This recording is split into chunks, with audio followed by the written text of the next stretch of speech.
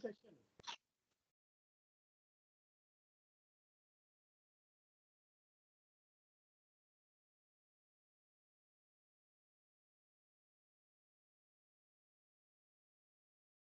you hear me?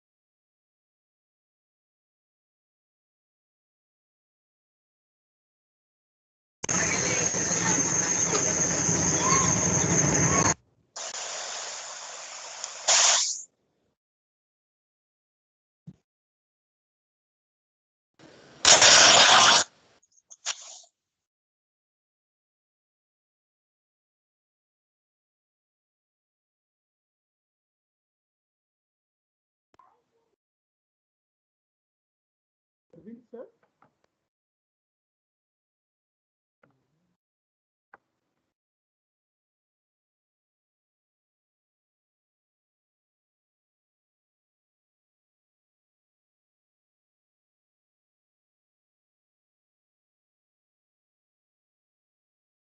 Can't hear a video also can't hear. I can go with. Sir, can you hear me, sir?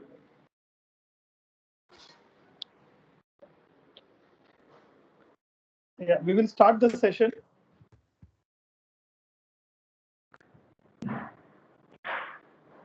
Arvind, sir, can you hear me, sir? I can hear you, Dr. Prashant. I hope you can hear me. Yes, sir. Yes, sir. Yes, sir. So I request you to load your slides, sir. We will start the session.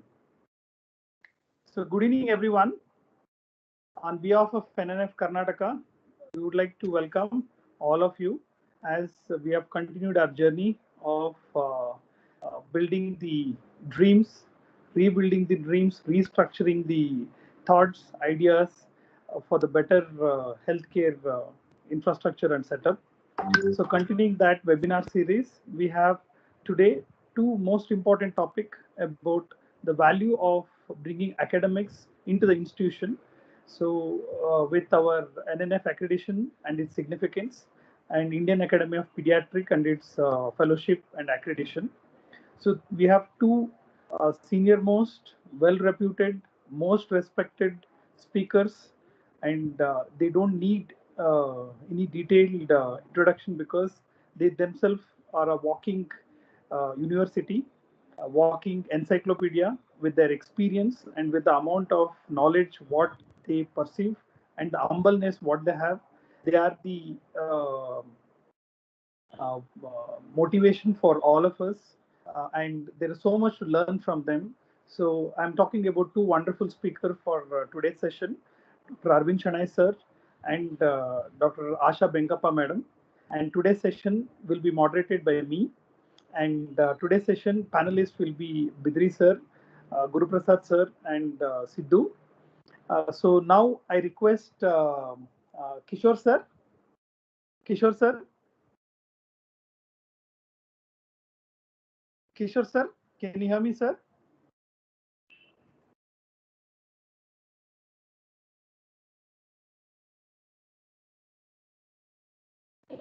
Yeah. So now I request Arvind Shenoy sir, who's a head of the department and a consultant neonatologist at Cloud9 Hospital. And sir has been an executive board member of NNF, and he has been the academic torchbearer and academic pioneer and most passionate about the subject and teaching. So he has been an inspiration for all of us. And thank you very much for accepting, sir. So on behalf of NNF Karnataka, we would like to give a warm welcome and we request you to start the session. Over to you, Arvind, sir. Thank you for your kind words. At the outset, I'd like to thank NNF and its partners for having requested me to talk on this very important subject, about which I must state that I think a better person than me to talk would be the speaker who follows me, Professor Asha Benkappa, because of her years in education. But I'll try my best and see if I can present a perspective on this important topic. Dr. Prashant, before I start, can you see my slides, please? Are you able to? Yes, sir. I can see your slide. Put it in slideshow mode, sir. Okay, excellent.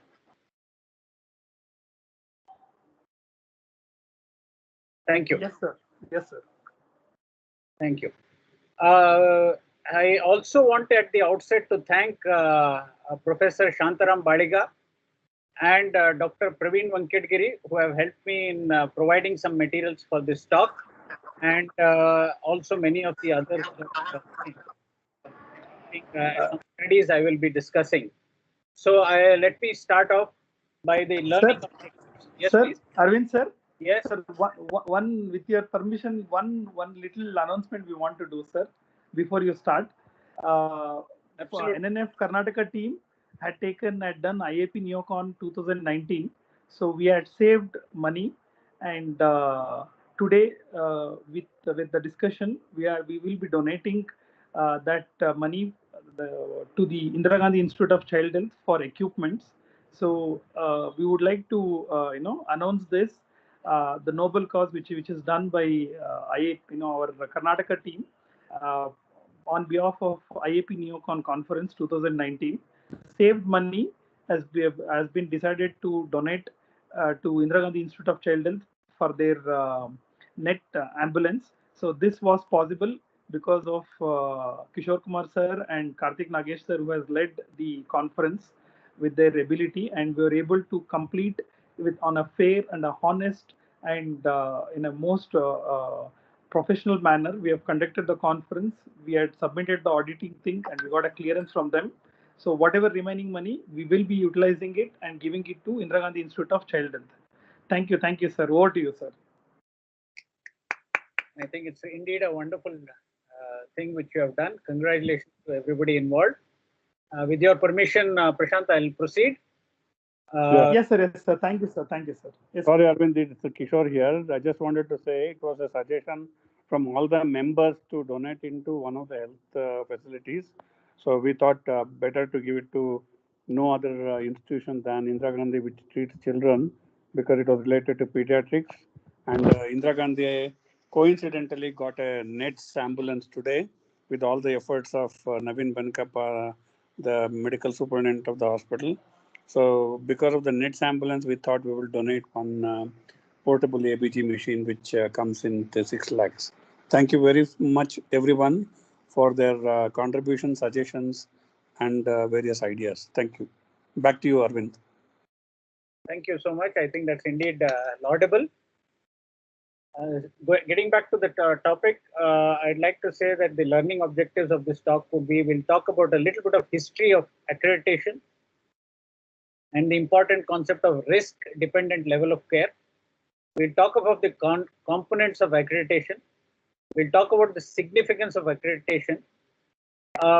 Because Professor Madam Asha Benkappa is speaking, I will not be dealing much about fellowship, because I think she knows more about the principles of education than I do. I'll just talk about the aims of the program and what NNF is offering as components of the training program.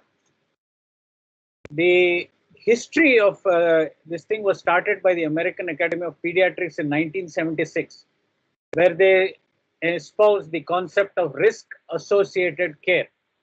They said there should be 3, and then they made it 4-tiered provision of care. They talked about uniform, nationally applicable definitions and standards of service, and they talked about regionalization of perinatal care. The first policy document actually had to wait 28 years. And in 2004, Stark et al. In the Committee of Fetus and Newborn published the levels of neonatal care. And also subsequently, it came out as a book, which you can see in the right lower corner, which has run into its, I think, 4th edition now. And this has been periodically been revised.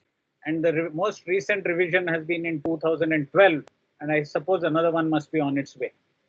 So they decided that regionalization of the care was the best way to provide care to a large country like the United States of America, where they had diverse populations, very similar to our country. Actually, the US is 3 times bigger than India and has a much smaller population. So whatever they said, and the documents are worth reading, are probably applicable to our country also. What they said was divide care into 4 levels, and this is where some of the confusion occurs. That side of the Atlantic, the Americans talk about 4 levels of care, and this side, and I'll come to that later, the Europeans and the UK people talk about 3 levels of care. But basically, level 1 care was to provide basic care to all newborns. A level 2 care they called as special care nursery, which was able to provide care for babies who were more than 32 weeks, more than 1500 grams, and who generally were not very sick, but were sick enough to require hospitalization, or those babies who had been sick and were convalescing, and those who had had a very brief duration of ventilation. And mind you, in those days, CPAP was not as popular, so there was not much mention about CPAP. And basically, they also talked about those babies who could not be transferred in utero, but had to be delivered at a level 2 center and then shifted.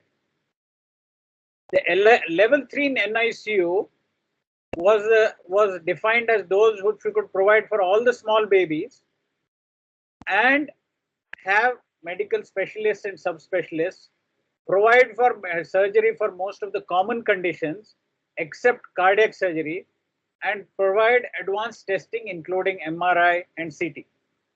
The last level of care was for complex congenital problems including congenital heart disease, and had to have both the ability of retrieving as well as providing care for these very, very sick newborns. In the UK, as always happens, they went 1 level lower and they talked about 3 levels of care. Level 3 they called NICU. Level 2 they called local neonatal unit for high dependency, and level 1 was called the SCBU, or the special baby care unit for initial and short-term care. In a level 1 unit, very much similar to the US model, but the difference was they actually had babies on CPAP who are stable, and was this level 1 care was available to provide short duration of CPAP, either in initiation of care or on those babies who were ventilated in a level 2 center and had been shifted back. The level 2 care, or the local neonatal unit, had deliveries up to 28 weeks and who required short duration of intensive care, some amount of high dependency care, like babies who are oxygen dependent, and also this had some amount of facilities to look for a short period of time for mild or moderately sick babies. The level 3 unit was very much similar to the American this thing, and it was the regional center, and it could do almost all the things which level 3 and level 4 care centers in the US could do. And they added one more, expertise in feto-maternal medicine, as part of the definition. In India, Professor O.N. Bakku started this in 1992 as a discussion in the NNF that we should also accredit units. But actually it was developed further by Professor Anil Narang, and there was talk about regionalization of perinatal care, at least in the government sector, and high-risk birth in a high-risk center was the the central theme. And by 2011, the FBNC guidelines had already come into place, and these talked about various levels of care. The FBNC level guideline very clearly made out a 3-level care, and what they said was that primary health care looked at normal babies with prompt referral of sick newborns, and the community health center looked at stabilization of the newborn, and also had mildly sick, while the special care newborn unit actually looked at a district level hospital, looked at the sick newborns. And they also defined that a special care newborn unit should be there where there were more than 3,000 deliveries per year. And most district hospitals in the country would actually be covered under this. The hierarchy of neonatal care which was talked about was newborn care corner, the stabilization unit, and the special care newborn unit, which has come down in all this. Basically, a newborn care unit was supposed to identify a sick baby and send to a stabilization unit. And a stabilization unit would manage the mild problems, especially things like hyperbilirubinemia, start treatment for sepsis, and those who are very sick or who required surgery would be sent into the special care newborn unit. So these were the levels which were actually, if you look at the NNF, the third special care newborn unit would come in what is now called as level 2A. Following this, there was a committee formed in the NNF, and very nicely they have drafted 4 levels of care which are there on the NNF website, and they called it 2A, 2B, 3A, 3B, and these are very nice documents which the UNICEF funded it, and I would strongly recommend those of you who are planning to build the hospital or who are already having existing neonatal units to use these to benchmark yourself. Very simply, the levels of care defined by NNF are level 1 we have already talked about, level 2 is what is called as the special care nursery, and a level 3 which is the NICU. Basically, a level 2 nursery would look after less than 2,000, less than 35 weeks, while less than 1,200 and less than 30 weeks would go to an NICU. Any baby who was critically ill, required surgery, required TPN, required ventilation, and high frequency ventilation would go to level 3. But short duration of ventilation, CPAP, any kind of IV therapy, including IV antibiotic, would go to level 2. But this was first, then again subdivided into level A for the less sick babies and level B for the very sick ones. So now we have 4 levels of gradations of the sick babies: 2A, 2B, 3A, 3B, and all these, the formats are available at the NNF website for you to download and see. For those who have not seen this, I'll just run through quickly. The components of accreditation are: the first section talks about the mandatory regulations of the licenses for the clinical establishment, the PCPNDT, the occupational certificate, fire certificate, oxygen, etc. The second chapter deals with clinical support services like housekeeping, ambulance, autoclaving, laundry, kitchen, etc. The third talks about the services, what level of care can be provided. More than 1,000 gram, more than 30 weeks is what is talked about. There still hasn't been the less than 1,000 and ELBWs. They have not been actually been factored in, though level 3B form has data which you are supposed to submit when you apply for it. Infrastructure, the size of the unit, the areas which are earmarked for breastfeeding, for mother's corner, for drugs, TPN, temperature, lighting, blood bank, water supply, and flower. The fifth deals with the equipment, and it becomes more and more complex higher the level of care. The sixth talks about human resource, doctors and nurses. 7 talks about protocols and processes. 8th is about thermoregulation, the room temperature, whether you have servo warmers, incubators, and most importantly, KMC. 9 talks about drugs, fluids, and nutrition, but it also talks about breast milk storage as well as dispensation. 10 talks about labor room and OT and resuscitation, timer, oxygen. 11 talks about infection control practices. 12 talks about the lab, what all labs each level should have and what can be outsourced. And 13 talks about transport. Very happy that Indira Gandhi has got a transport ambulance today. It talks about equipment, staff, and most important, outcomes of babies who have been transported.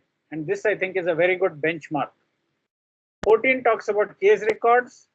and what are the mandatory registers such a unit should have, including morbidity and mortality data. And the 15, I think, is quite outdated. It talks about computerization. It still doesn't talk about mobile-based apps and things like that, but it also talks about community outreach. So these are the various headings. For those of you who have already applied, next section may be a bit boring, but for those who don't know about accreditation, it is worth knowing what are the differences between the various levels. The way this has been formatted is that ideally a young neonatal unit after about a year of existence should accredit itself to level 2A, and with each year move up in the levels till it reaches the highest level it is capable of. So at when the unit has its first birthday, that's the time you have to think of whether you should have a level 2A accreditation, and the patient load should have been at least 200 per year, and some experience should have been there in stabilization and transport of babies either to or from the unit. The equipment which is required are pretty basic, and the staff required have to be fairly, I wouldn't say very well trained, but at least 1/3 have to be trained in facility-based newborn care. Very, very important. Right from 2A, there is a lot of emphasis. I'm sure Asha madam will be very happy that even a 2A unit has to be very good in KMC and baby-friendly hospital initiative. Once your unit has attained this, a year later, you would be ready to apply for the 24-month level 2B qualification, and hopefully your patient load would have increased to more than 300 a year. And this is when the unit would be ready to take on CPAP and also short duration of ventilation. The equipment will be much more in number. The difference between 2A and 2B is per bed, the number of infusion pumps, pulse oximeters, phototherapy units are more. There should be access to, the unit need not have, there should be access to CT, MRI and echo. The nursing ratios required at 2B are higher than 2A, and very, very important, ROP screening should now be available on the unit, as also hearing screening before discharge. A year after that, the unit should be ready to apply for level 3A, and this should have more than 300 per year. The unit should be having ventilation, surfactant, neonatal surgery should be done, except the complex surgeries. Unit should have portable X-ray, and now the portable ultrasound should be available in the unit, either on call or should be there. The nursing ratios are still higher, and high risk follow-up would be essential. So after you reach level 3, the follow-up has to be done in the unit itself, and there has to be a follow-up register which records and collates the outcome with the work done in the unit. Once the level 3A is achieved, 3B depends on certain inputs which are high-tech, like high-frequency ventilation, invasive BP, more complex neonatal surgeries. Surfactant has been added in level 3B, so I personally will feel that it should, and it is more appropriate in 3A and maybe even 2B in these days, where early treatment has been proven to be of benefit. What is new in personnel is the number of doctors, nurses required per bed is considerably higher in 3B and almost mimics the American standards. Here, the other new thing is that echo is part of routine. IEM screening has become routine. Newborn screening for various diseases has become routine. So when you see this, the unit has to, what was envisaged is that the same unit would evolve from 2A, 2B, 3A, 3B. But the truth is, as most people know, many people start building 3B units and then wait to get sort of patients in and then apply for the accreditation. Just to briefly run over the other components, and here there is a lot of overlap. For example, thermoregulation, the minimum in 2A and 2B, you should have room thermometers, regulation of room temperature, and universal KMC. While you come to 3, level 3 servo systems are required. The drugs, emergency trays, fluid infusion pumps, EBM storage, all these are mandated in 2A and 2B, while TPN is what is essential in the level 3A and 3B. Resuscitation, basic resuscitation, bag and mask in 2A, ability to have endotracheal intubation, short duration of ventilation in 2B, blenders and facilities for UVC, UAC with the TP's resuscitation in 3B is what you require in the higher stages. What is interesting, and this is where I've been trying to see if we can change, is blenders with this epidemic of ROP should possibly be included in 2A, because it is only in 3A that blenders are considered essential. Infection control is probably universal, but well set down antibiotic policies. WAP bundles are required for in level 3. The labs become complex as you reach the higher levels, and 3B needs to have a IEM lab at least outsourced and should be able to do at least some of the hormone assays in-house. Transport, we have already talked about. The transport incubator is common to 2B and 3A, while a transport service, which is farmed out to the entire region, is actually necessary for 3B. Case records also become complex, and as the unit grows to 3A or 3B, the registers have to increase, outcome data has to become more stringent, and so on. In terms of miscellaneous facilities, the difference between level 2 is which are service providing units, and 3A, which is a teaching unit, and 3B, which is a research unit. So you need to have more and more inputs into research, and at least one or more studies should come out of the unit if you're talking about 3B. Does accreditation help? Interestingly, the accreditation is supposed to help, but the evidence for it is not too much. Now, these are actually from the FBNC book, which says how accreditation will help. It will help project the demand, bed demand. So if you are at a district hospital, you should have at least 12 beds. And if it is having 3,000 deliveries, it should have 4 beds for every 1,000 deliveries. So if you're planning a hospital and you know how many deliveries you're likely to have, or you have a pre-existing hospital, based on the number of deliveries, you will be able to plan the inbound beds. You also need to identify the required space, and each bed has to have certain floor space area. Some in the basic bed needs 50 square feet and another 50 in this ancillary area. But when you reach level 3, the bed itself requires 100 and the ancillary area requires another 150 square feet.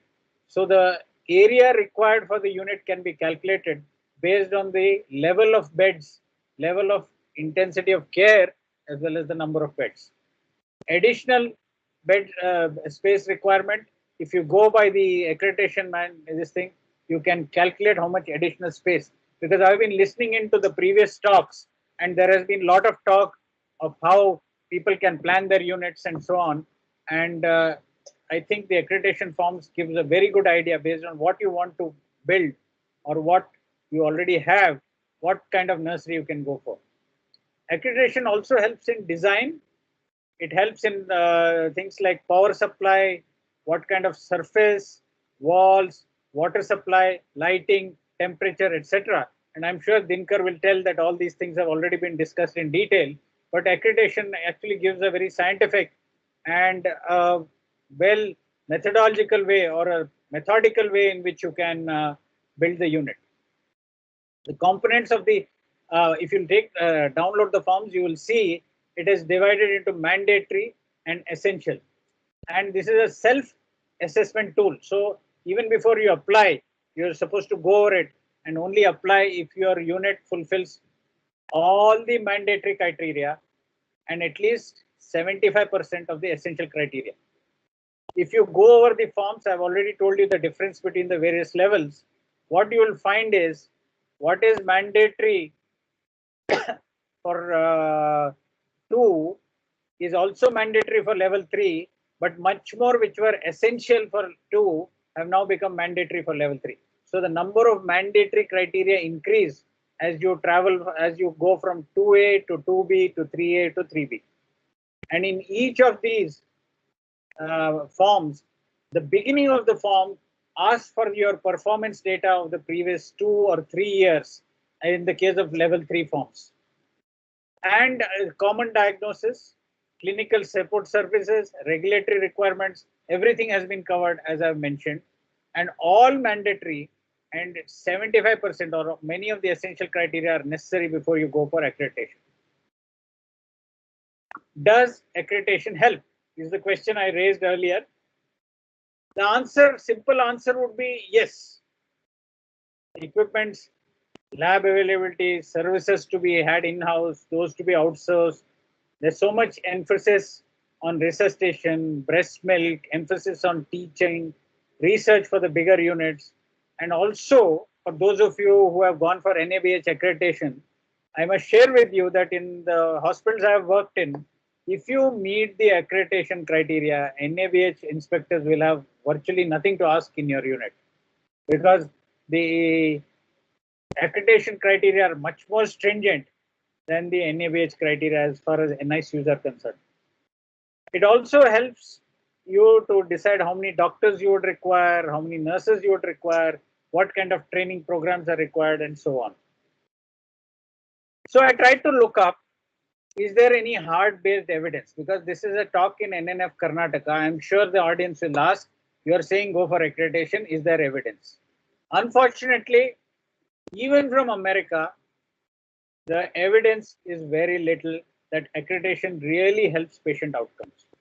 This is the paper from California, where a large number of babies, as you can say, about 25,000 babies were 22,984 babies were in a cluster of NICUs across California, and they tried to find out in what way the place of delivery affected the outcome. It is interesting that the only difference they found between the units was that the level 4 unit, see at the right of the screen, the use of antenatal steroid was higher. Only this reached statistical significance, and in most other areas, there was no statistical significance. But let me take you through the minutiae. Look at the second point, moderate hypothermia, and you will find that a lot more babies developed hypothermia, if you see 21%, than in the higher units. Healthcare associated infection was more in the level 3 units, probably because of a lot of invasive lines and so on. There was significant increase in chronic lung disease, probably because sicker babies went to the higher units. Timely eye examination was much more in the bigger units, and human milk feeding was approximately the same across the units in there. The mortality was higher in the sicker unit, in the higher units, probably because the sicker babies went there, and there was no, and the growth velocity of babies was better in the level 2 units. So uncharacteristically, what this does suggest is that accrediting the units may not make a good deal of difference in the mortality. Is this so? So I tried to find out if there was data from our country, and I would thank Professor Shantram Baliga, whose slide this is, because when I was asking him, he has done some wonderful studies comparing the mortality in 2 districts from Karnataka, and he has done the perinatal death audit. And what he showed, that in Dakshin Kannada district, where most of the deaths occurred at the higher levels of care, based on the birth weight, and you can see that most of the appropriateness, the higher level of the unit got the lowest and the sickest babies, and the LBW had a low NMR in Dakshin Kannada district. Now, if you compare it with another district, Koppal, where most of the low birth weight babies seem to be born at level 1 and level 2 care centers, the NMR was much more higher because the low birth weights were cared at an inappropriate facility.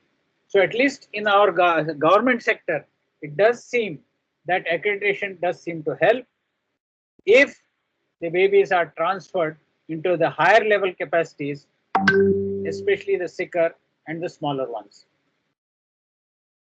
And this is further going on his data as per the gestation. Again, in Dakshin Kannada, as you can see, preterms are cared at appropriate facility, low NMR, while in another district, they cared at an inappropriate facility, high NMR. Or in other words, if you look after babies who are sick, providing only level 1 or level 2 care facilities, it is no surprise that the neonatal mortality rates are higher. So there seems to be good evidence, if you can see this slide, that the various districts, and he has done a wonderful job of mapping the places of deliveries, as in the right upper, the upper maps, and the cases of neonatal deaths versus place of death in the case. So what you can see in Dakshin Kannada is that the babies have been moved in to the tertiary referral unit in Mangalore, and possibly this is the reason that the neonatal mortality rate in Dakshin Kannada is lower. I hope Professor Shantaram Badiga is listening in, because I certainly would look forward to his insight into this very, very relevant and important data that he has. So what he has surmised is there should be risk surveillance, there should be in utero transfer, and he has put 2 question marks after after appropriate care. We will wait for him to clarify what that means. But what I understand is that the tertiary referral centers should provide appropriate care. That is why there should be better this thing. So the quote is, accreditation helps in planning and designing a complete neonatal unit, helps patient outcomes, helps start training programs for nurses and doctors. Speaking about training programs, as I mentioned, I would request Professor Asha Benkappa. I think her experience in this is far, far superior than mine. And just I'll outline that fellowship program for doctors. The aim was to train pediatricians to deliver better neonatal care in peripheral areas. And it was designed as a 1-year course for post-MD and 1.5 years for post-DCH. And these candidates would be trained in 3A or 3B centers with 1 to 2 candidates per year allotted per center based on the number of mentors that were available. And there would be a national level qualifying exam at the end, which had theory, OSCE, and practical. And I think one such exam has been conducted here, and Dr. Naveen Benkappa and Kishore and myself were part of that as examiners. The question is, should a hospital owner go for it? Because Dinkar tells me that this is for people who want to start hospitals or who have hospitals. The pros of having a fellowship program is it makes the unit a teaching unit. It attracts youngsters who are interested. But to have a teaching program, the unit has to be accredited and time has to be set aside for teaching and supervision.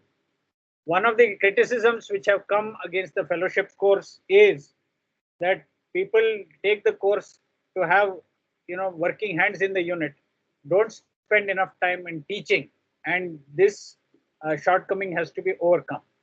But what the NNF brings, and this is, I'm talking about the central NNF, and also as you all know, the remarkable work done by NNF Karnataka, is that the central NNF provides online teaching to fellows, and there are there's one big platform called as the On Top facilities, and many of the fellows, if anyone is listening in, I would strongly urge you to go to On Top, Online Neonatal Training Orientation Program in India.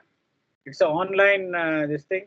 It has been used for training not just fellows, but also medical officers in SCNUs. It's a very evidence-based program, has web-based teaching, and I would strongly urge not only people who have got accredited units, but also those who are running training programs to use these online tools. Similarly, there's an on-wide certificate course, NNF Online. You must be aware that this month we have 3rd to 18th, and strongly advise youngsters who are listening in to take the benefit of this. So Central NNF brings these in. NNF Karnataka is also going big way in terms of online teaching and webinars. So the NNF offers both central and regional various training programs for doctors. This is something which I'm very concerned about. The reason is that we've all talked about single digit neonatal mortality. We have all talked about opening level 3 care units, but nobody talks about having enough nurses. If the current number of DM programs and fellowship programs bring out the same rate as we are doing currently, there is an estimate done by PGI Chandigarh that we will need at least 60,000 trained neonatal nurses to run the units, because you cannot have doctors doing nursing jobs. You need that many trained nurses. How are you going to get them? And this is where I would urge those who are listening in, those of you who don't have nurses training programs, to please start them.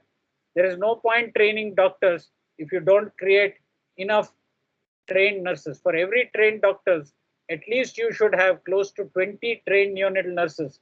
Only then the neonatal units working quality will improve. The NNF fellowship is a 1 year for post BSc nurses and 1.5 years for the GNM nurses. And even level 2A, there's a mistake. 2B centers can train nurses. 3A and 3B definitely can. And the number allotted are roughly double the number of doctor candidates. So if your center has got 1, they can train 2 nurses per year. This also has a qualifying exam at the end of the national level.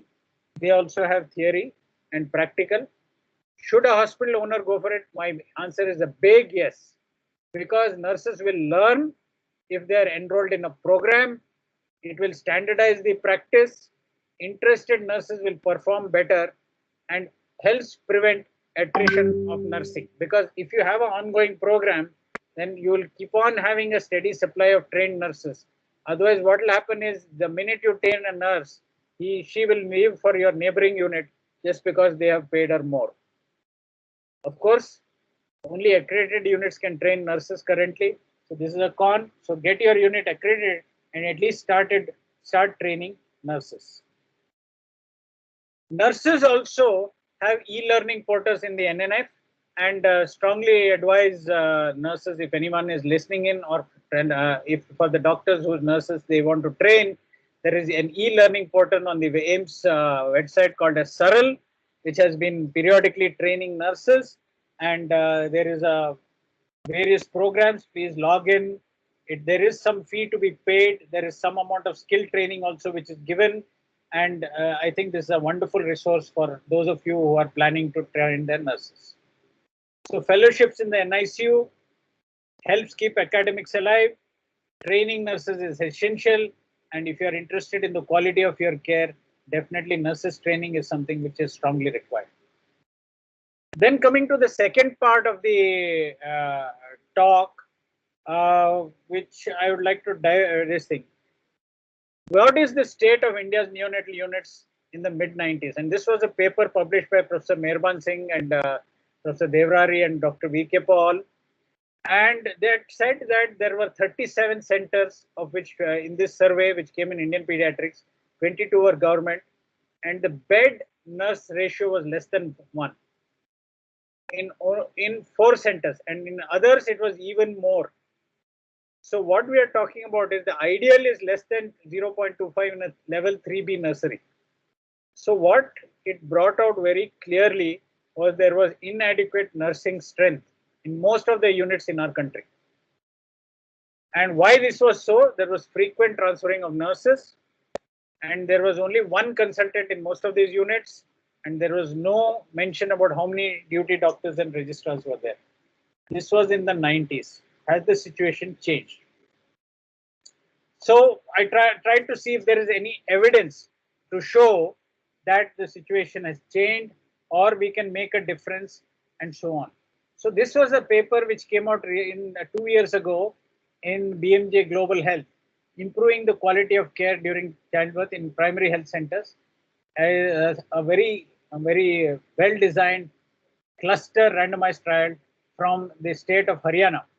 What Agarwal and others from AIMS and some from Chandigarh did was they took over 15 PHCs in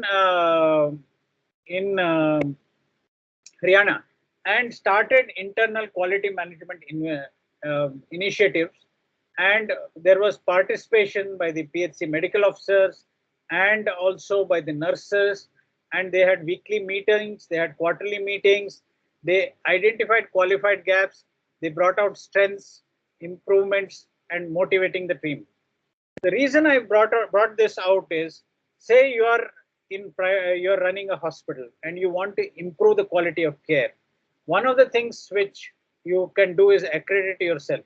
The other thing which you can do is something like this, and this is called as mentorship. Here the people from AIIMS went out to mentor the people in the PHCs to see if you can improve.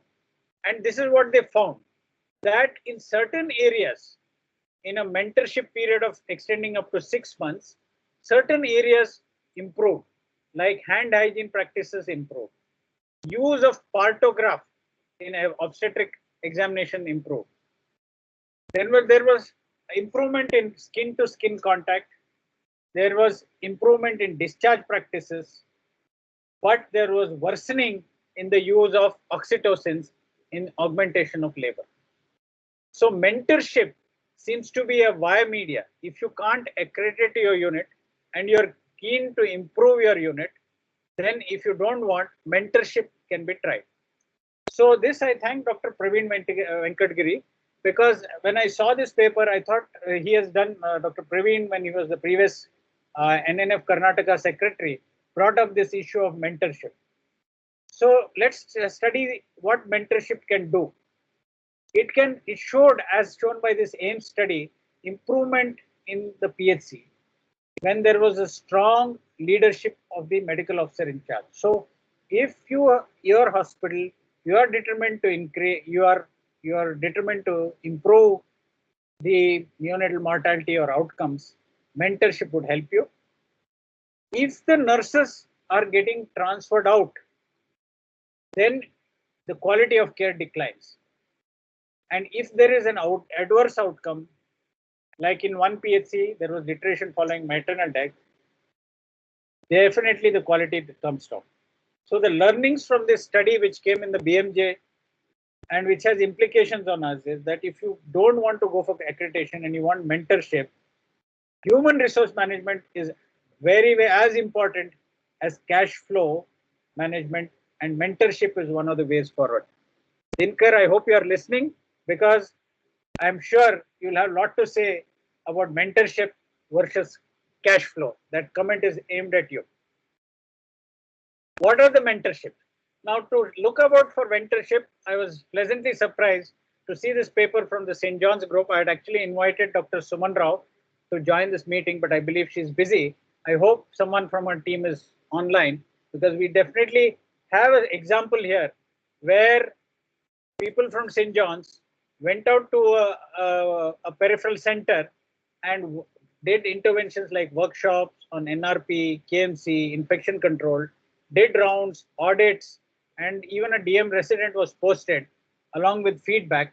And here you can see that there has been a significant improvement, and the key results are, again, hand hygiene has improved, use of antibiotics has come down, and KMC has increased.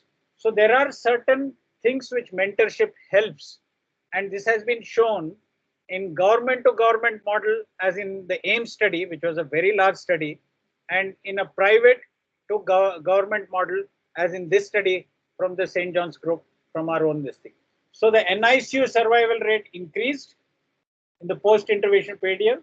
They have not looked at specifics as which diseases is thing.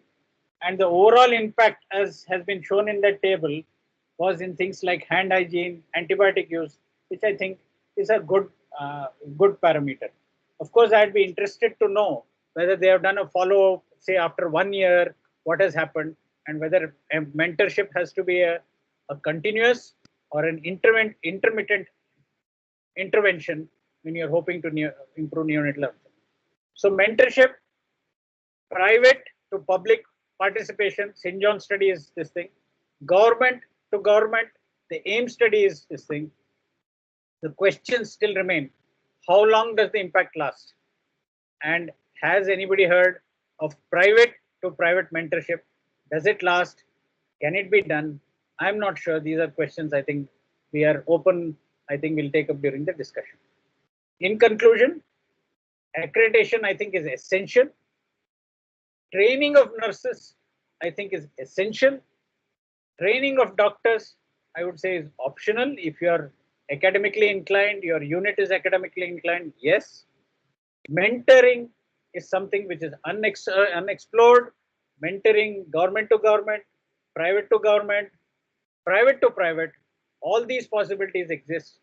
And thank you all for a very patient listening. And for those who have not seen this, this is the Pangon place where we are fighting the Chinese. Jai Hind.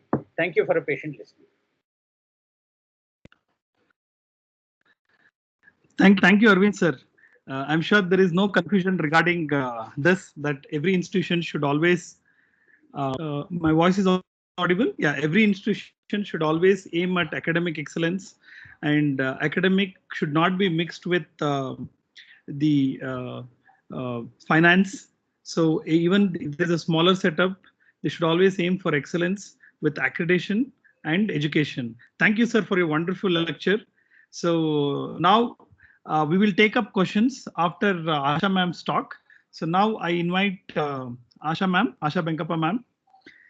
When we take her name itself, we know that how much work she has done for the promotion of breastfeeding.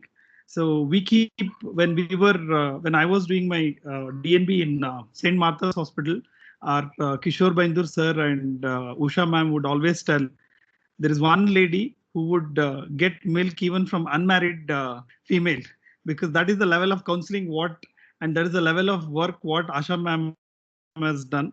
And I'm very small kid in front of her.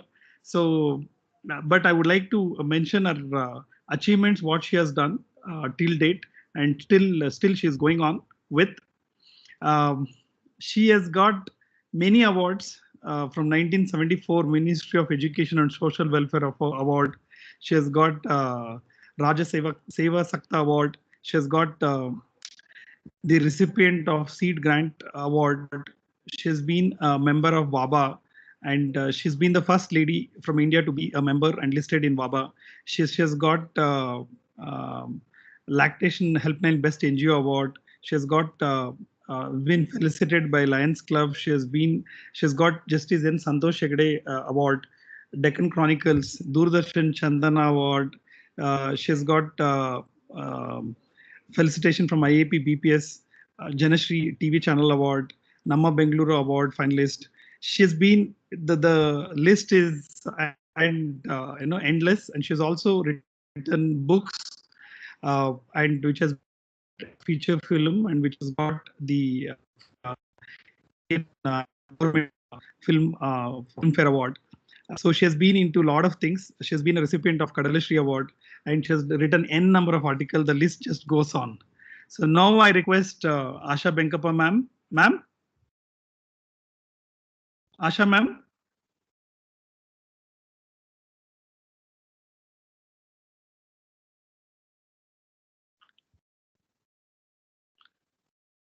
Asha ma'am?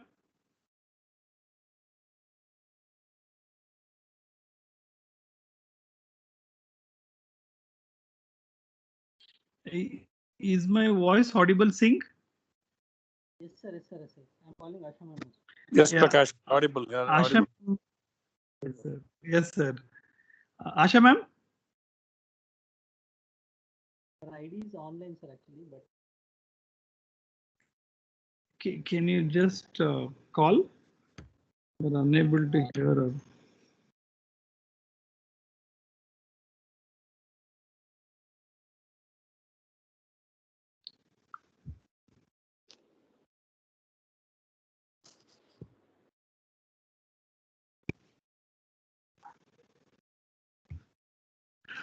So the next topic will be on IAP fellowship and its significance, because IAP and NNF has been doing a wonderful job in terms of educating and in terms of getting all the pediatricians and neonatologists across the country.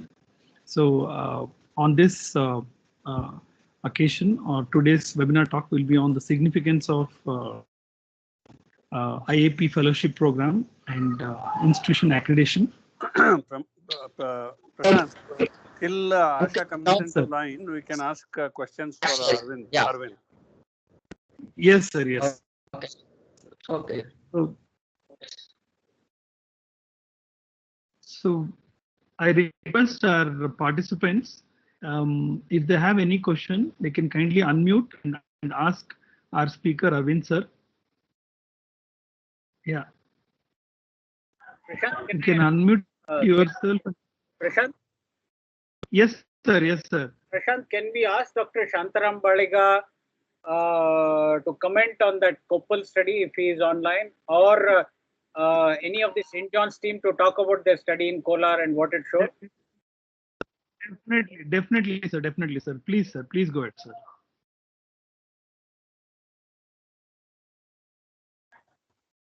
Can I say something?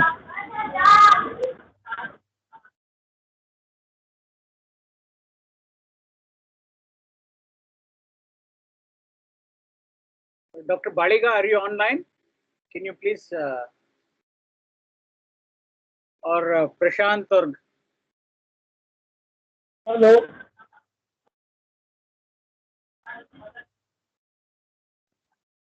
Hello, sir.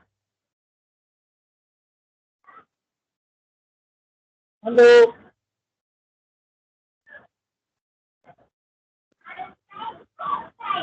Naresh sir hello Naresh sir sound आ रहा है hello hello yeah we can hear you am I audible, sir?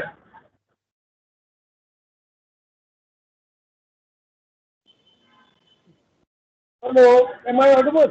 yes Sir, the persons who are concerned with the neonatal care, it starts from the operation theatre and delivery room, and the personnel involved with the operation theatre. Narish sir, not that much audible, it's breaking. Sir, Naresh sir, your voice is very, very unclear. I think Asha ma'am is ready. Naresh sir, we can take up the discussion. Your voice is very, very unclear, sir. Any of the St. John's team is there? Would like to share their experience? Ma'am, you are ready, ma'am? Yes. Asha ma'am? Can you hear me? Yes, we can hear you, ma'am. Go ahead, ma'am. Prashant? Start the session, madam. Yeah, madam. We can hear you. Prashant? Okay, I cannot make milk come from an unmarried girl. It should be an unmarried pregnant woman who has delivered or some situation like that. Okay, I'm going to pull Kishore and Bushra's ears now. At the outset, I must congratulate you people for doing a wonderful job on big dreams, small miracles. I'm very glad that Arvind Shenoy was a speaker before me because I know how meticulous he is and how good in doing all the references. What I decided was I went and looked at various places. It became very confusing for me. Finally, I decided to share my 38 years experience in the government institutes. And what happened, I spoke to all this quite a lot of my students and the faculty who've been running this fellowship programs. With a brief introduction, I would like to take you to the National Education Policy 2020. I've just taken a small bit of it, but I appeal to all of you to go through it because it's really robust and very nice, and we can still think if we can add on anything, because in our women's group, Dr. Kiran made us all put in some contribution for this. So what does this education policy tell us? It promises quality medical education. Our aim is to train healthcare professionals primarily required for working in primary care and secondary hospitals. Healthcare professionals are required to have knowledge, skills, and professionalism to provide safe, effective, efficient, timely, and affordable care to people. They should be proficient in handling disruptive technologies, understand economics of healthcare, have the skills to work and handle large and diverse teams. A hospital is an industry with a heterogeneous group of people, and it's always stressed, and all the time it is active. It's a 24/7 industry. Therefore, you have a lot of large and diverse teams, and you must be ethical, demonstrate empathy, be abreast of rapid development of medicine, which is very, very crucial, especially with COVID. One day you get the maths.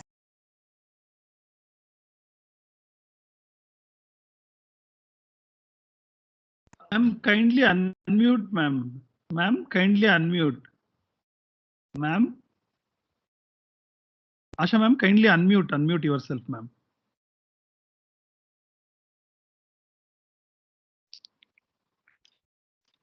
Asha, ma'am, kindly unmute.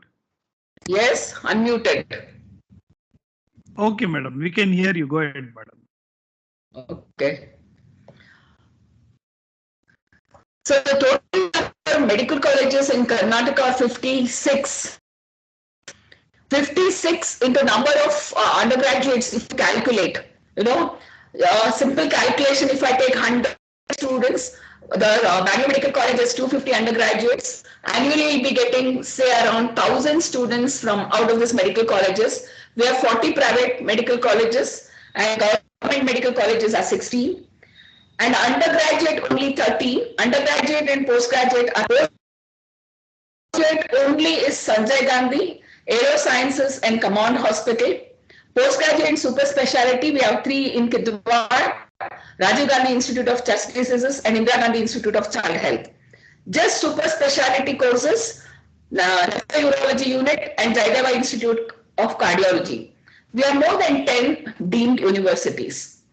And look at the real pediatric specialty seats. It's very, the supply demand is not happening in various government and private institutions. And look, and DNB super specialties, because all the fellows and postgraduates whom I spoke, they said, madam, we are very frustrated because we don't have enough DN seats and we do not have enough DNB super specialty seats. The only forum that has a robust accreditation system is NNF. I must congratulate the team, because from so many years, right from Vinod Paul days, we used to get a small booklet called accreditation booklets. So accreditation, which Arvind has gone into every bit of it, is an official approval given by an organization when it achieves a certain standard. So National Neonatology Forum has done a wonderful job, but it is not so with other accreditations. As far as IAP fellowships are concerned, it happens once in 3 years or as needed based on the format which Arvind shared with us. But as far as my talk is concerned, I'm giving you a broad-based, more personal experience. And university fellowships is FN every year, and fellow of the national DNB it varies. So pediatric fellowship programs run by the Rajiv Gandhi University, because the university fellowship programs I have focused myself to Karnataka alone.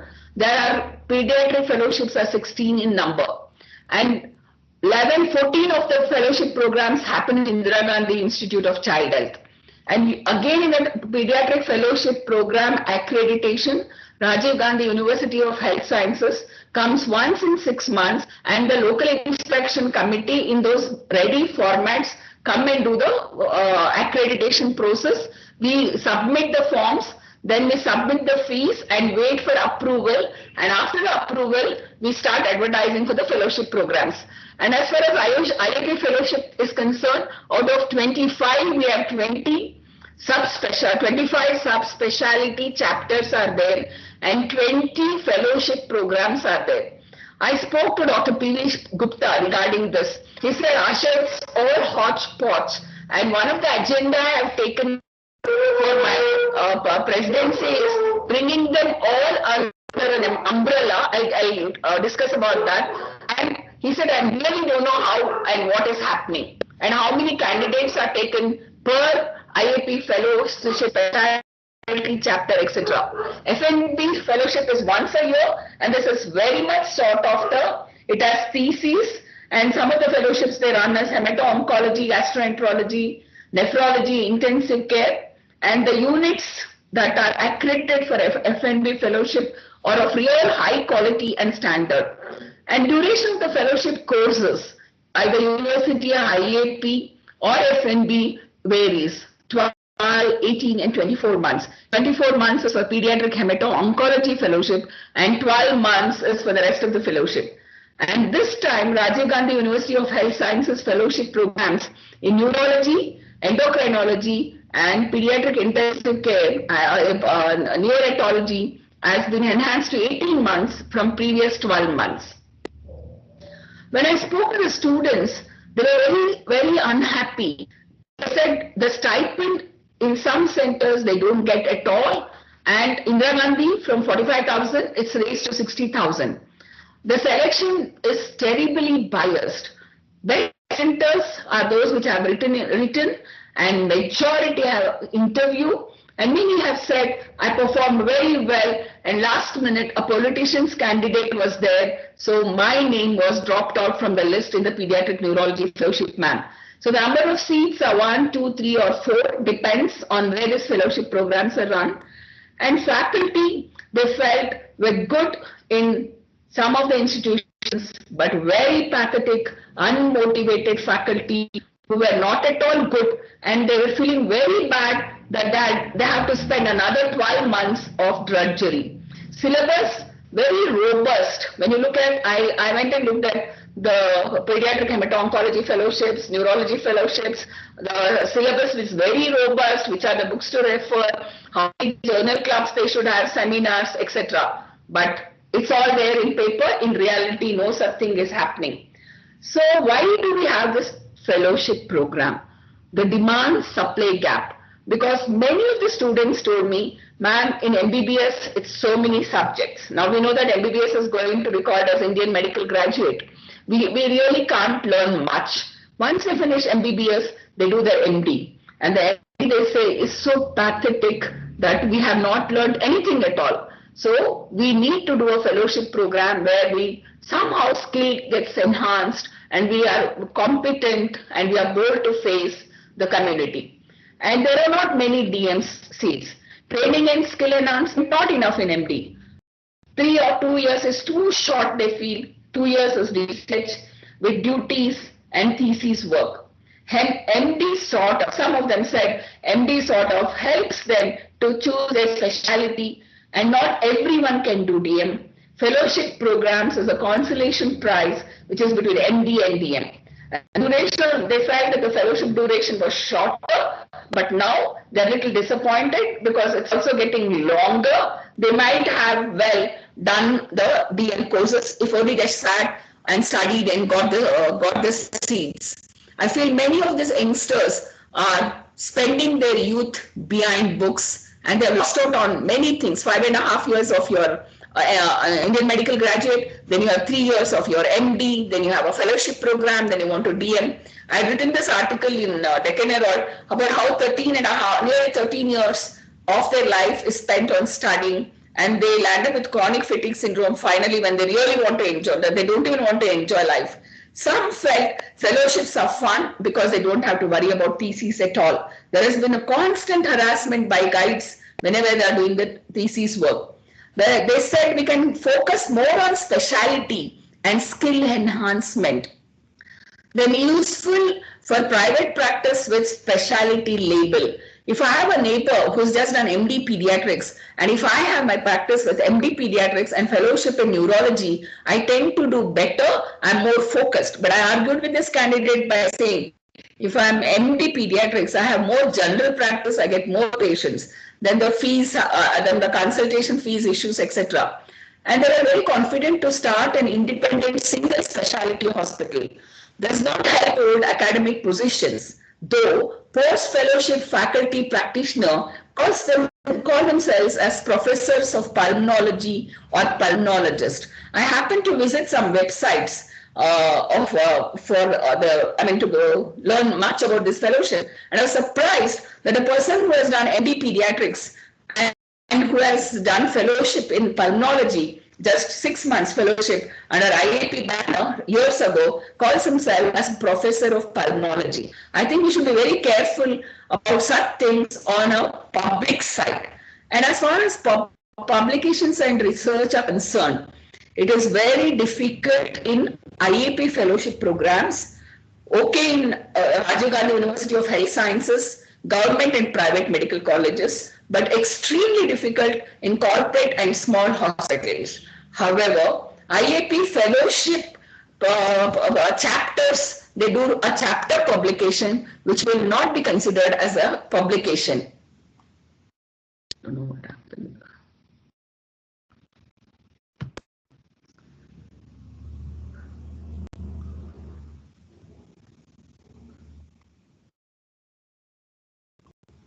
Slide is not moving at all. Okay, I'll try this. Slide is not. Institutions, now you need it more. Slide is not moving, madam. 1 second, let me. Yeah. But what is you can saying, restart. the same button? It's saying it's. You can start sharing again, madam. Slide. Okay.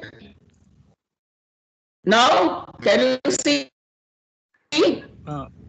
1 second, madam. It will take around 5 to 6 seconds to come appear here. No, madam. We I open the share tray. Minimize the. Madam. Click on the Microsoft, the PowerPoint. Select the. I did that. Yeah. Again, it has come now. It has come. It has come.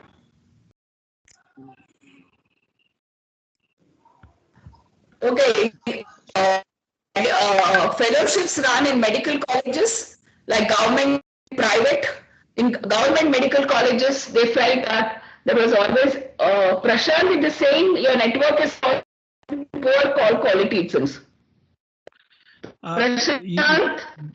Yes, madam. Yes, madam. Are you able to see? Slide, we can hear you, madam. Slides we cannot see. Can I get back to slides? We can see, ma'am. Okay. Say, Can see now. talking about institutions, my students felt that medical colleges were the best place to do their fellowship programs. They preferred government institutions, but unfortunately, they felt that exposure to equipment, quicker diagnostics was not happening, and private medical colleges came lesser, and single super specialty government institutions did very well along with the corporate. Multi super specialty government institutions and corporate, they felt that interdepartmental consultation and there were many consultants with whom they could discuss. Arvind Shenoy brought a lot about the accreditation format. In that we talk about physical facilities, staffing. I'm very glad he stressed on the nurses. Nursing accreditation for nursing in the nursing association. They have a full-fledged, booklet just like us. So along with just not the staff, you also have to have a regular accreditation program and training for nurses. Equipment wise, the fellows were very happy with the equipments in the private sector. Unlike government institutions, they were saying when equipment goes out of order, there were a lot of issues and it would take a long time. And that month, if that fellow was posted, and he wouldn't learn much of ventilation or ABG, etc. Diagnostic workup was faster in corporate hospital. Yeah. Slide is not seen, madam. I think you can hear me, no? Yeah, we can hear you, but slides is not seen. We'll forget about it. Okay. Because every time there's some into mark coming on that slide share thing. Okay. Yeah. When I do that, Yeah. No, you have to minimize, stop sharing, minimize, and open the. I minimized. I minimized. I Open, opened the PowerPoint. maximize the Microsoft Team window. Press on the open share tray. Select the PowerPoint, madam.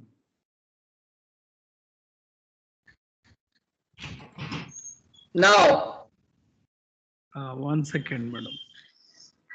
see, Prashant, every time something is coming in and saying, there is poor connectivity. So if you're not seeing my slides, it's okay. I can just discuss. Okay, okay, madam. Okay, madam. Okay. Whenever we are talking about merits and demerits, we have to look at the physical facilities, the staffing, equipment, diagnostics, and the affordability of the patients for a better workup is very good in corporate hospitals. Then comes the multi-specialty private hospitals. Then comes the government institution. They felt that many of those IAP fellowships and other places, they were not good library. The ambience was not good. And all these people were concentrating too much on their clientele. They were saying, no, you have to keep our clients satisfied. Only then we can do something else. And there was not much focus on academics. The selection process, I did mention, some felt a written test and interview. It was not merit based. There was no uniformity. And they felt there was no entrance test and no general exit test. A fellow who does it in one place would have passed a fellowship program without much effort, whereas another fellow would have struggled so much and yet he fails. So they wanted uniformity of entrance and exit tests, and number of candidates is also different, sessions are different, fees are exorbitant. I just looked at the Indira Gandhi website. Now the fees for fellowship program is 1 lakh, and they said we are not getting any job placement because we did the fellowship program. It seems to be just like we did this because we did not get much when we were doing our MD. And some consolation, students felt it was some consolation for not getting DM.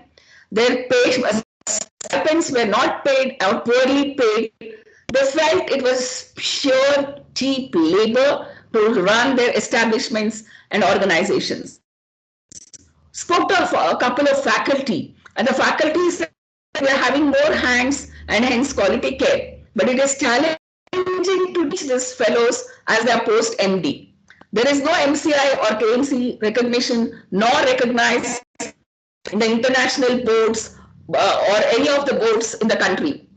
No added academic positions because of fellowship. When they, after the fellowship program, when they try to go to any medical college, they do not get any academic programs, any extra marks when they did a fellowship. So that is also not happening. And teaching, training as faculty, they felt were quite pathetic in most of the institutions except a few. Quality is questionable. We have to do a quality assessment, like the way Praveen Venkatgiri and Arvind Shenoy put up all those things. There is no convocation nor a degree certificate. There is a lot of harassment and some of them are overwork. More of faculty, all the centers, all the fellowships run by some of the chapters are heads of those places are glorified practitioners. Research and publications, they're really struggling because places do not have an ethical committee and they don't know how to go about it. In one of the conferences, Dr. Digant Shah said IAP will establish an ethical committee so that the IAP specialty chapters people can publish. So when this person contacted him, he said we still not have been able to do. So there are a lot of issues in this fellowship programs. Not everything is green on the other side. So thank you very much and sorry for all that interruption. Thank you, madam. Yes, Prashant, I'm done. Yeah, thank you, madam. Thank you, madam. Now I invite our panelist, Sidhu, Dr. Sidhu, Bidri sir, and Guru Prasad sir is around. Dr. Sidhu.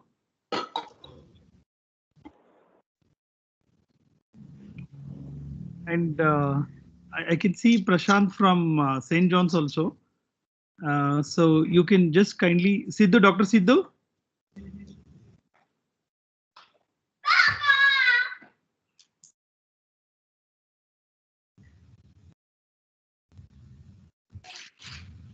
Yeah. Dr. Sidhu, you are there around?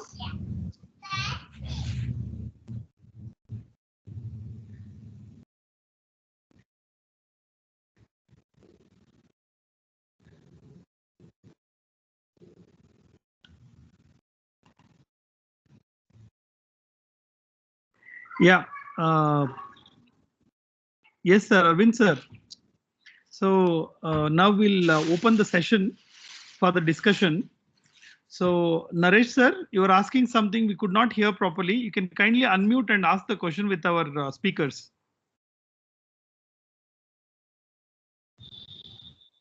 Yes. Go ahead, sir. Go ahead, sir.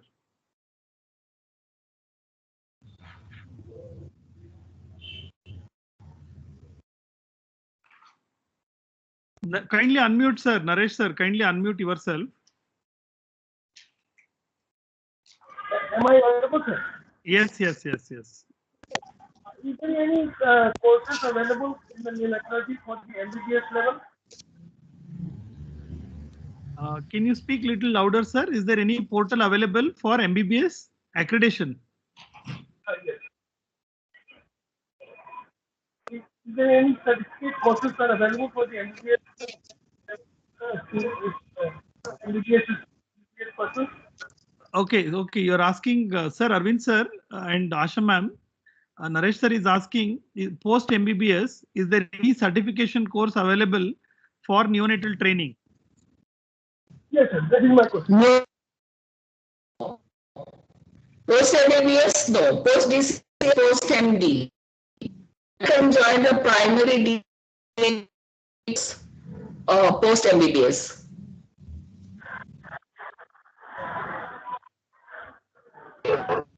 Yeah. So, Arvind, sir, would you like to add anything, sir? So I think Professor Asha has summed it up. Because neonatology is considered super specialty, I think we have only fellowships post DCH and MD. There are no certificates for neonatology, sir. That is what our speakers have told. Were you able to hear, sir? Yes, sir. Yeah.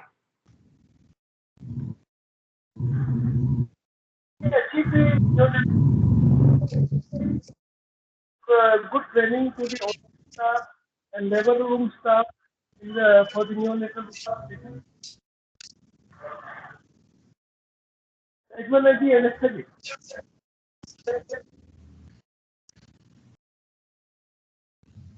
Can we achieve the good goal of the neonatal resuscitation without giving much training to the OT staff, labor room staff, and anesthetics as well? So a lot of disturbance. We are unable to hear the question. Did my speaker hear the question? No. You too much disturbance, sir. You can speak little louder and close to your, not too close to your mouth.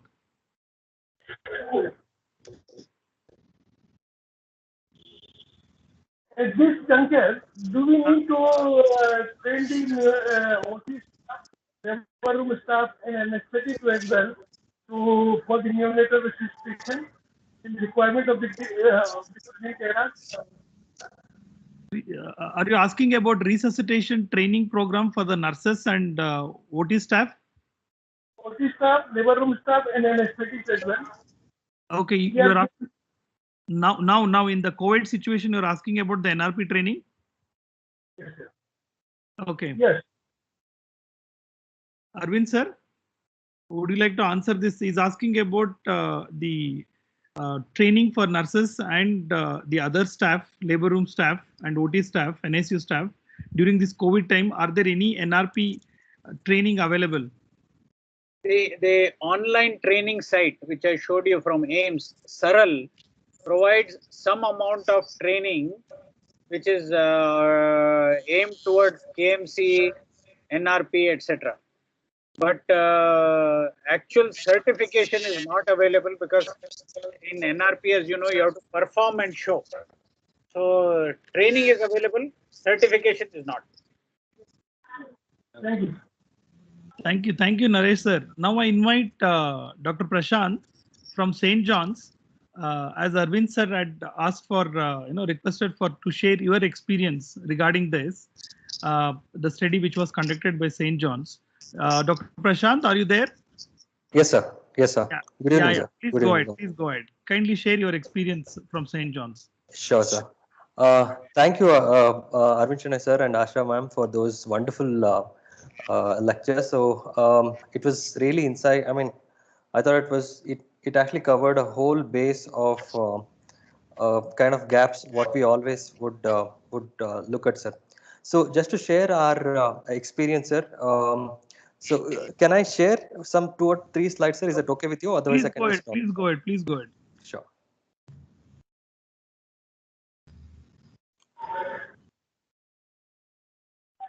Okay, so I think it's not happening. That's okay. Sir, actually, how it all started was in 2016. Government of Karnataka actually asked for neonatology units in Karnataka to mentor SNCUs across, this particular SNCU in Kolar, which they wanted to model it as a model SNCU in Karnataka. So we were one of the institutes who applied for it. So as to mentor this unit for over 6 months. With the MOU happening, so we started mentoring there, and our mentoring schedule, as Arvind sir mentioned, consistent of training as well as looking at all the other things, training, auditing, action policy. Mainly, we based the mentoring as a with quality improvement as a baseline. So not strictly into quality improvement because it was a huge task for us to look at everything. So what we did was we did 1 month of baseline assessment about getting to know people there, administrator, the medical officer, nurses, nursing, everybody. And in the next 3 months, we planned the intervention, and the post-intervention was sort of consolidation and sustenance. So we did not want to deviate from what they've been already taught. So we stuck to FBNC guidelines. We stuck to SNCU toolkits to look at what they could improve. So as I said, we based the entire mentoring on certain quality improvement projects. So as a part of mentoring, when I was doing my DM, so I took it up as my rural postings also there. So I happened to spend in the Kolar SNCU day and night for 14 days. I mean, this is apart from 16 visits by our team. Every week we would go, one consultant with a resident. So along with me, one of my fellow also would accompany, and a consultant, Dr. Suman Rao and Dr. Shashidhar was there. So we identify the gaps. So the gaps, we did not look into the accreditation to begin with. We just looked at major outcomes as sepsis, that is looking at hand hygiene, peripheral line maintenance, antibiotic usage.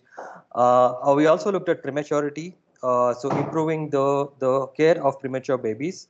We also did, establish a KMC ward in the process of mentoring to increase the KMC duration. We established the breastfeeding counseling room also there. So all these things were done with available resources, not at any cost. We just sort of helped them to reorganize themselves, and we made sure that they realize that it's everything is there. So how to set it up right. So at the end of our mentoring, so we anticipated a good support from the government. Unfortunately, the government support tended to wane by 4th month or so. So we had to really decrease our mentoring by 4th month. And after 2 months, UNICEF actually showed interest in looking at accrediting this unit.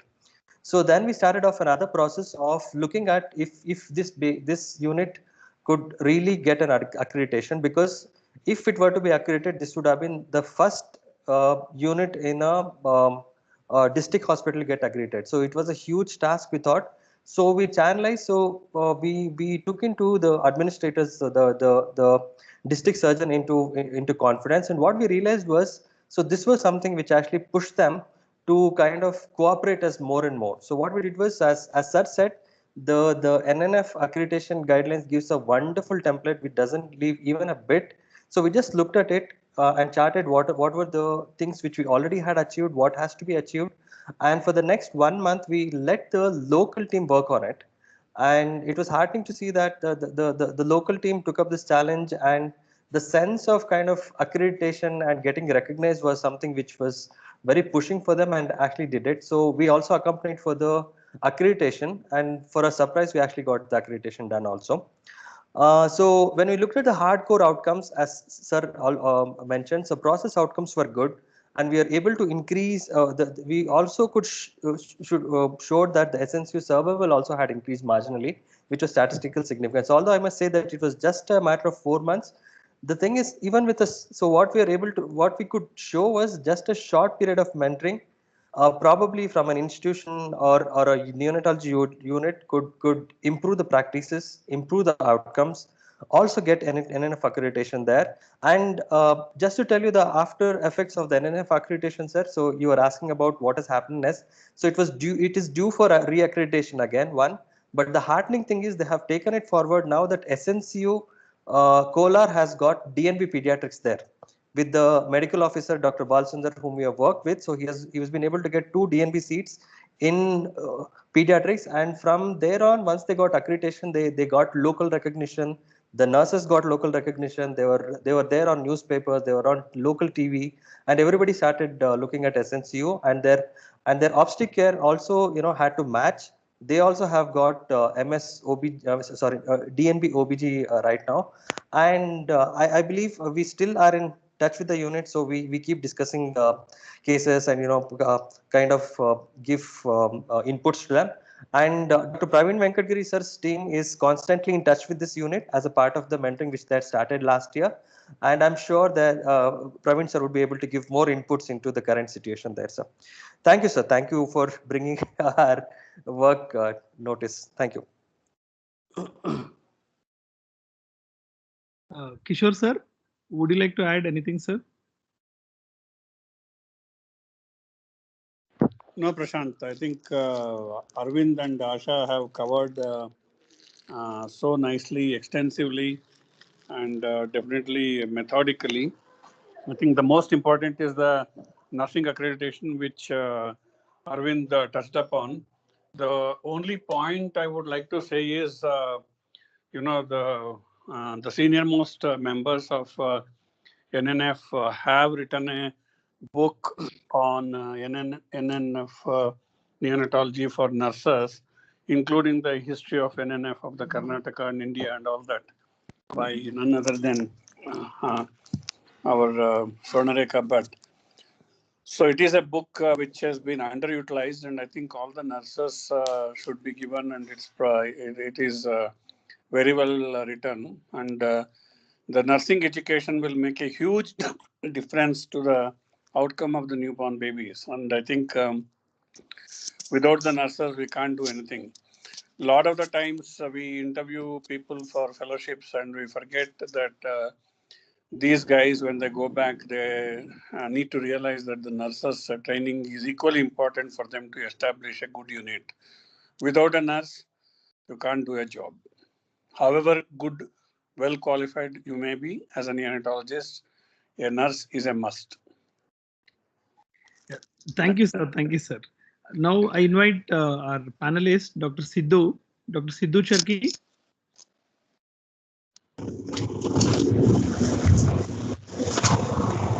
Yeah. Hi, Prashant. Thank you. Yeah. Am I audible, Prashant? Yes. Please go ahead. Yeah, I thank Dinkar sir and Prashant for the opportunity. I think when Dr. Dinkar sir asked me to be a part of the panel, basically, he wanted me to share the experience of me going for NNF accreditation in a medical college of North Karnataka, because I had shared the difficulties which I was going through with Dr. Dinkar. I totally agree with Arvind sir's words, where sir mentioned that if you go by that accreditation book, I think most of the targets can be met within a span of 3 to 6 months. But is a unit which already has got HFOV, ROP and hearing screening. If we have to start from level 2A or 2B, I thought it was little difficult for us because we have to convince the management in an institute or a deemed university for accreditation process. I had to tell them that, sir, we'll get some fellows for this. So it would be better if our unit is accredited. It took around 1 or 2 months for me to convince them because we had to pay a fee of 37,500 for NNF accreditation process, which they were not initially ready to bear with. Later, when we told them that we'll get fellows and nursing staff fellowship as well, so they readily agreed. But it needs a team effort of around 4 members or so who constantly sit and work on it. Because when you have to set up in a place like North Karnataka in medical colleges where they don't have the concept of NNF accreditation or NICU being managed by a team, it's really difficult to start with. So medical superintendent, nursing superintendent, as well as the NABH coordinator were our team members. I think Dr. Abhishek, Indiana Hospital, who recently got level 3 accreditation, also agrees with me because we used to have a daily chat on this, how to go about to set up in a respective units. And one query I wanted to ask to Arvind sir as such, there are certain desirable elements like pediatric cardiologist, endocrinologist as such.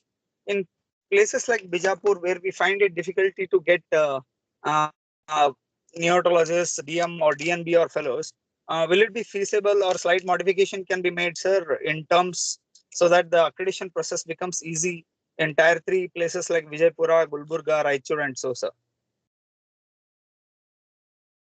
Good question, Sidhu. See, the idea was to set a level which hopefully the unit should match. So, Yes. like if I come for accreditation, what I would usually do is that these are things which are desirable and the unit should work towards them would be the remark I would put. So, which helps you go to your management and say, see, we need this. Can we not request somebody to have a monthly visit or a visit? Yes, sir. That way, the discipline also grows, and the babies also get the benefit of seeing a super specialist in that. Sir, monthly visits will do, sir, like for a pediatric neurologist or endocrinologist. Can they be a part of the team on based on monthly visits, or they should be full-time basis, sir? Sidhu, the idea is to make people aware that these people are required. Okay, okay, sir. If the unit is sincere about it, I think we should accept it. But if it is done as an eye watch, then it becomes a problem. Sidhu, one suggestion. Now that Government of India has approved teleconsultation, you can use if you have a shortage of these specialists, you can use teleconsultation and tele-NICU for your benefit from your other centers.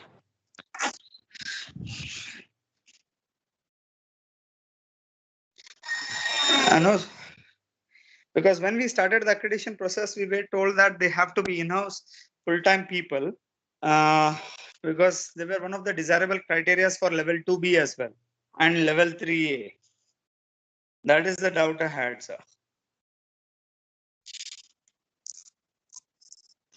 Sidhu, accreditation is given on overall impression.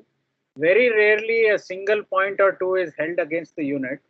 And usually most assessors give their comments at the end.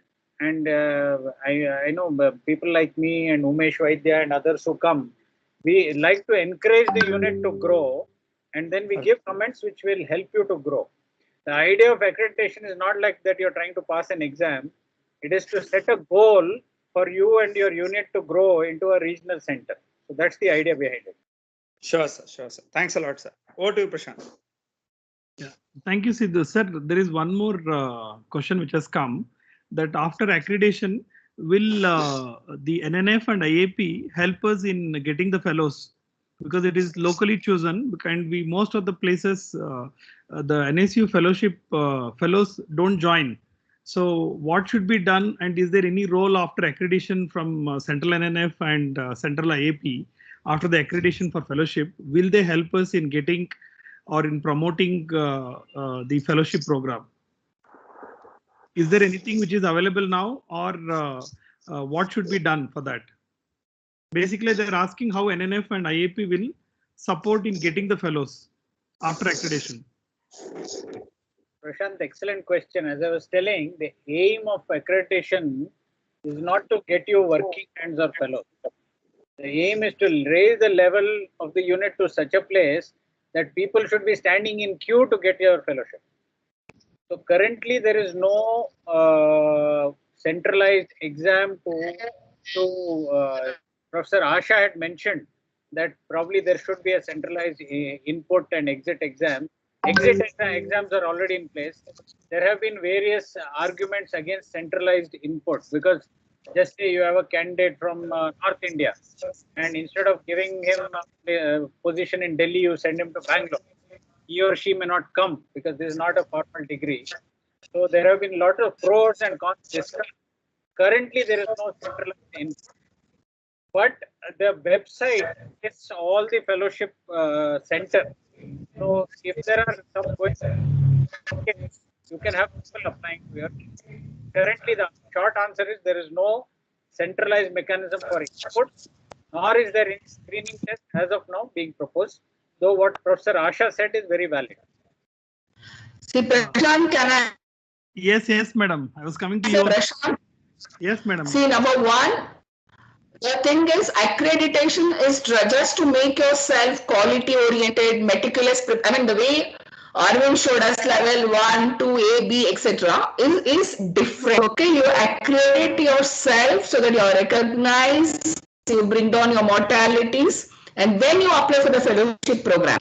And fellowship programs, again, the fees you have to apply. Sidhu was telling us, when I went to Indira Gandhi to get the NNF accreditation, the office clerk was refusing the 30,000 rupees. Okay, so that is another thing. And once you have accredited, you don't think neither Rajiv Gandhi nor IAP, no one can help you get the fellows. Please don't be on that mood thinking that I get the accreditation, I spend the money, now I get my fellows to work.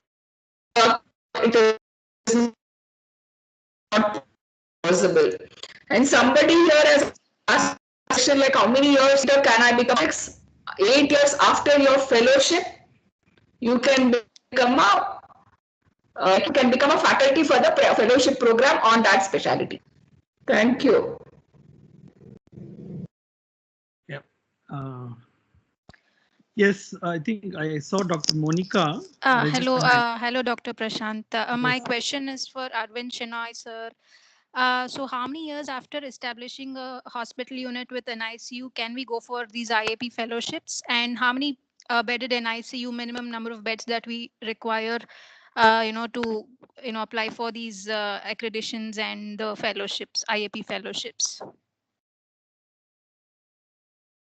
Wrong person. I can answer about NNF IAP fellowship. Professor Asha, I request her because I'm not. Whoever is the right person to answer. Sorry for that, sir. So if you want for NNF. Yes, ma'am. Yes, ma'am. Yeah. As far as IAP fellowships are concerned, yes, okay, and each program has a different bedding. It's more or less dependent on the specialty it serves. For example, we have a new development program happening in one of the centers. I don't know this time how something is happening. Now, Prashant, can you hear me? Yes, madam. Little bit disturbance, but we can hear you. Go ahead, madam. See, the IAP fellowships are 21 in number. If you have a pediatric hematology oncology fellowship, then the number of beds required for that is 25 specialty. That center must be having 25 specialty beds treating pediatric oncology. Okay. And they should have a preferred degree, or who has done a fellowship program, he becomes a faculty. It's all there.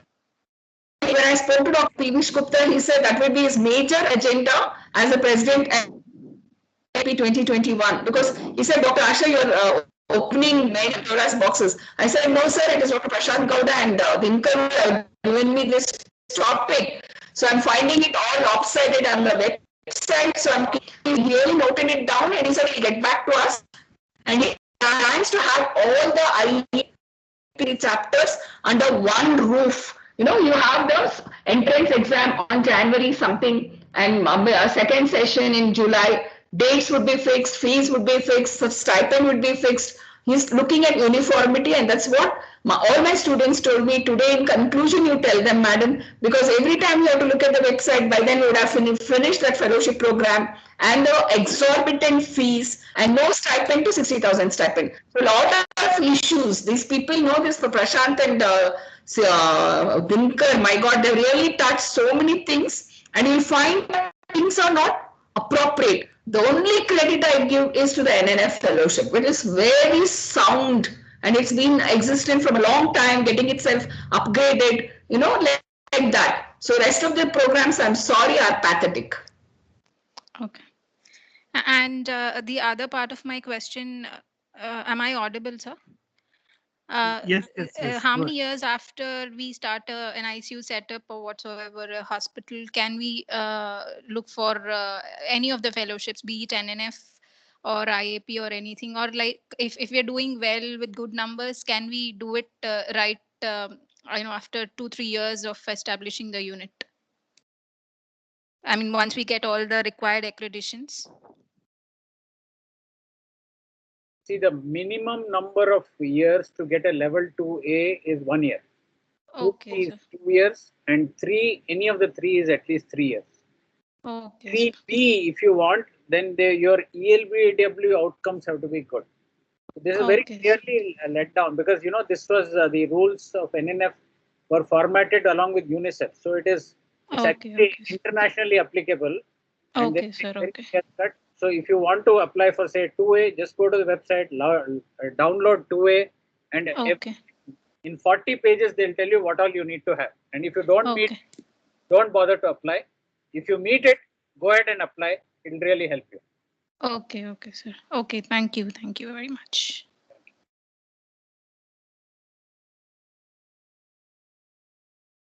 Yeah. Any of our attendees have any other questions, or any of our attendees would like to add anything for the today's talk on today's talk?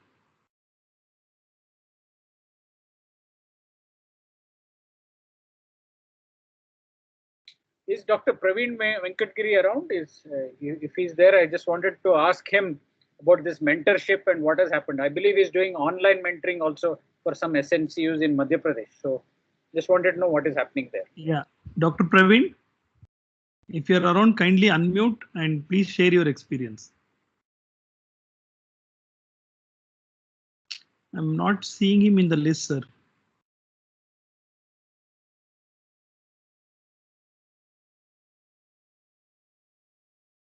Dr. Praveen? Prashant, can I add something? Yeah, yes, madam. Go ahead, madam. Yeah, Praveen was doing a mentorship in one of the district hospitals where I spent quite a lot of time. And, they said tomorrow somebody's coming from Bangalore, and that's when they keep it ready. I was there. The mentorship programs look very nice, but not all of them are doing well. And the sustainability of this mentorship programs is very, very crucial, because you're there for 1 year or 2 years, and after 2 years, what happens? So it has to be monitored. It should be an ongoing process, and every year look at the impact of what happened to your mentoring program, and something stringent built-in system should be there.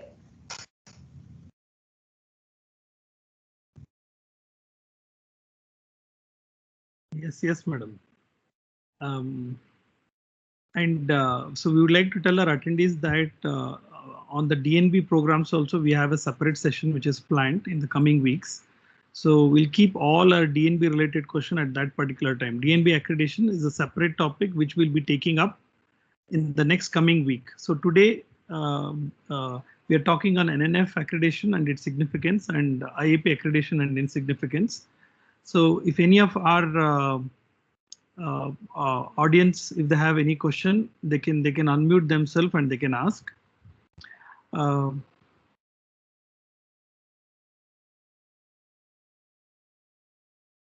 Yeah, I think the most of the information which has been provided by Arvind sir and Asha madam is almost complete. I think that's the reason why the questions are very minimal. Yes, sir. So we have come to the end of session today. So I'm not seeing any questions now here.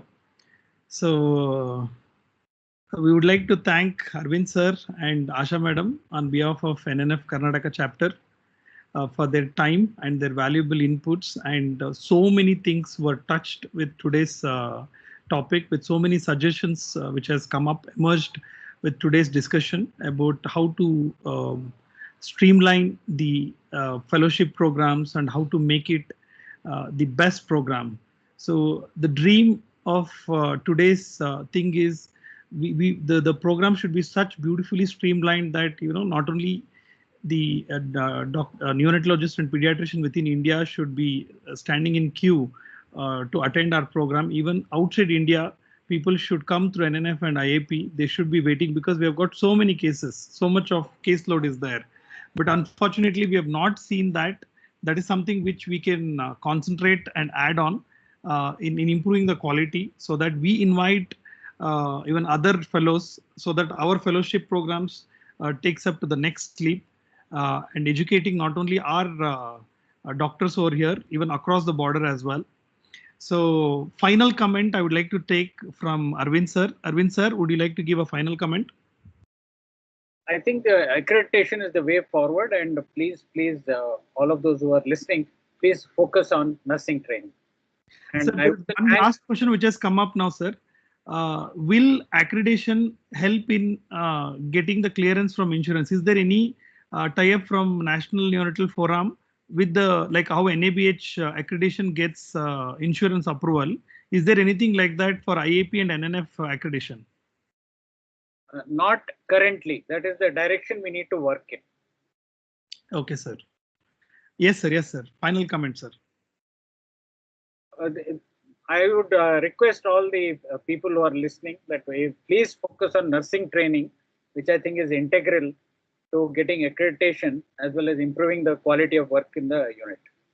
Thank you, and thanks, Professor Asha. I think your comments were very, very insightful. Thank you. Asha madam, final comment before we close the session. When you run a fellowship program, you must have a dedicated, committed, academically oriented faculty.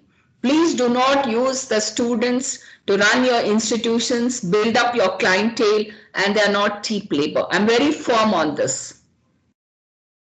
So that has been a biggest challenge, and that has been the complaints which has been raised from fellows who have been doing in the past and who are doing right now.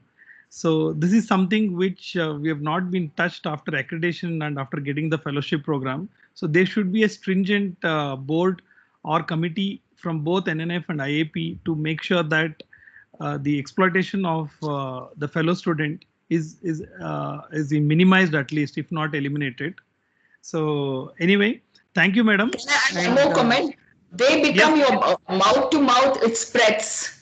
And they sort of become the ambassadors of destruction of your academic institute. So you should please, in inverted commas, please take care of your fellows with highest academics, because they are the frustrated lot. They did not learn much in MD. They did not get DM. So they are with you. So please ensure that. They were saying absolutely no library, no accommodation, no academic atmosphere, all this. So Prashant and Dinkar, do something about it. Take the lead. I'm with you. Yes, madam. Yes, madam. Definitely with the blessing and with all the support of the seniors, because it is not one person or one body's job. It is everybody's responsibility. Definitely, we will take it forward, madam. We have just initiated. We will look forward, and we need all the guidance from all of you, madam. Kishore sir, would you like to add any final comments, sir? No, Prashant, I think both the speakers have covered the topic so well. And I think Asha has stressed the last point, which is very, very important. Don't use accreditation for cheap labor. And definitely accreditation is a way to train new young people in that specialty. And if you don't have inclination for academics, if you don't have time for teaching, and that's the last thing you need to do. Accreditation is good because it will help you to achieve certain standards, as Arvind said. It is to achieve the standards, not to get a cheap labor. So the priorities have to be very clear. If somebody is looking at getting accreditation to get a cheap labor of fellowship, then they shouldn't go for accreditation. And accreditation should not be the way to use fellowship. And whenever we have gone for a fellowship accreditation assessment in quite a few hospitals, that is what we have found distressing, because some fellows have not had a chance to put umbilical arterial catheterization in 1.5 years of their fellowship. So if you don't have the numbers, you fudge the numbers, and you don't have experience, and you just use them for a poor registrar job, then it's not fair on anybody and anyone. So don't do it if you don't have the inclination. I think that should be the message. Over to you, Prashant. Yeah, thank you, all my lovely speakers for today's wonderful session and all the attendees. So we have a lot of things coming up in this webinar series which we are doing.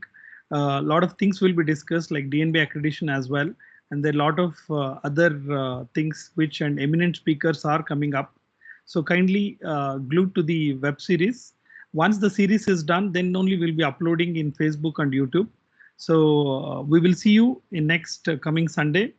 Have a great day, great evening. Again, once again, thank you, Arvind sir.